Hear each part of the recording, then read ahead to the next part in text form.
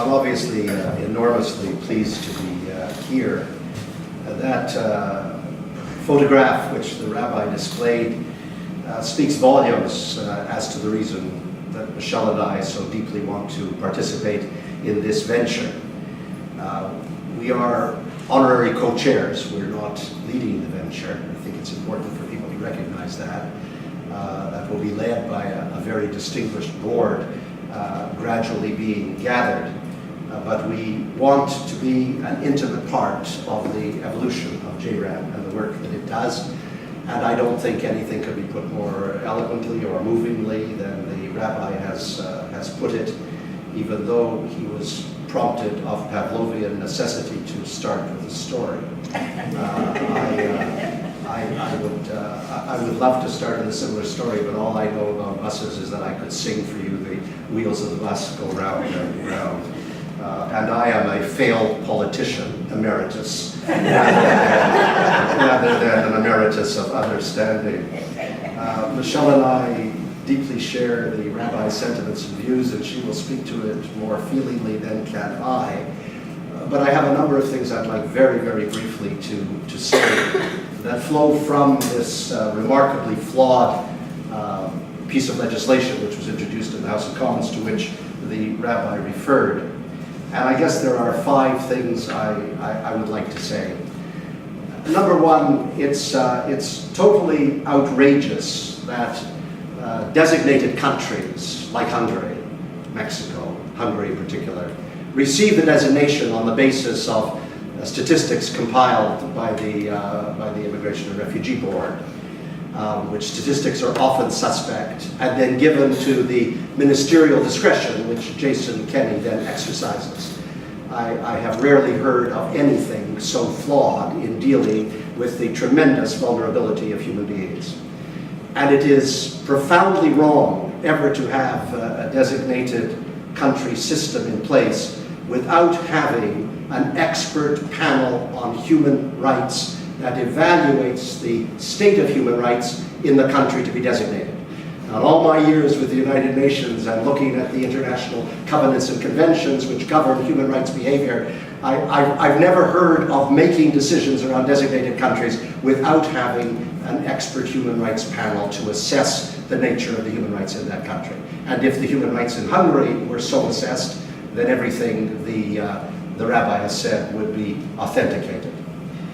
The Roma has been singled out, of course, but in all cases you have ethnic groups, you have religious groups, you have LGBT groups, you have all kinds of vulnerable groups whose predicament and vulnerability should be assessed by a human rights tribunal appointed from civil society primarily, that could instruct a minister at the point of designation.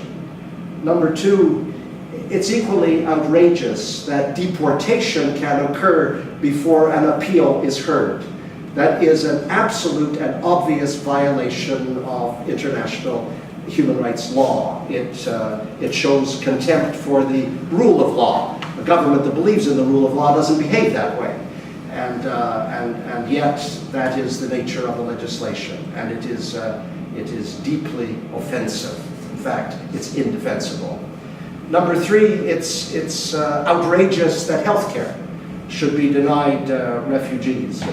Refugee country and origin, refugee status and origin of country should not determine healthcare coverage. We're a country which prides itself in healthcare being one of the defining characteristics of Canadians. In all of the various surveys that have been held of Canadians, what they cherish most or what most exemplifies Canada, interestingly enough, healthcare is almost always at the top of the list.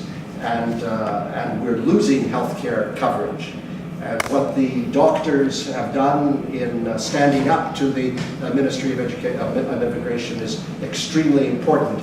But of course, what we're doing is that we're playing refugees off against the anxieties of Canadians. It's rancid political behavior. There's no other way to describe it. And in healthcare in particular, it's so offensive.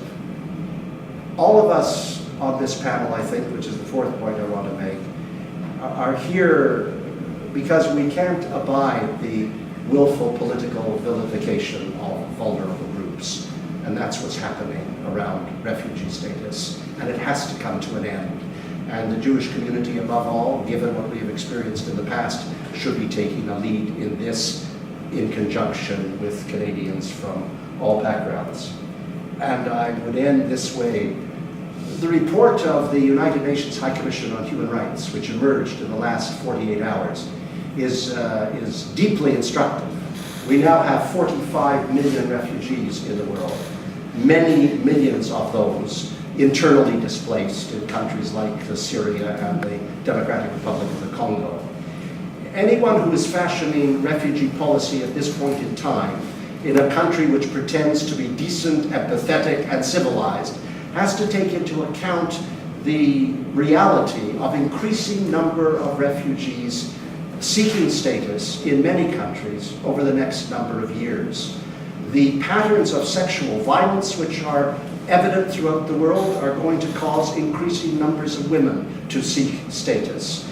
The extraordinary consequences of climate change are going to mean many millions around the world of environmental refugees. And the inclination of numbers of countries from Africa to the Russian Federation being more and more punitive and authoritarian in their behavior will necessarily mean that people are seeking status elsewhere.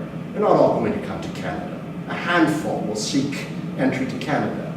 But keeping in mind the realities out there, the Canadian refugee system cannot be what it is now, punitive and destructive and insensitive.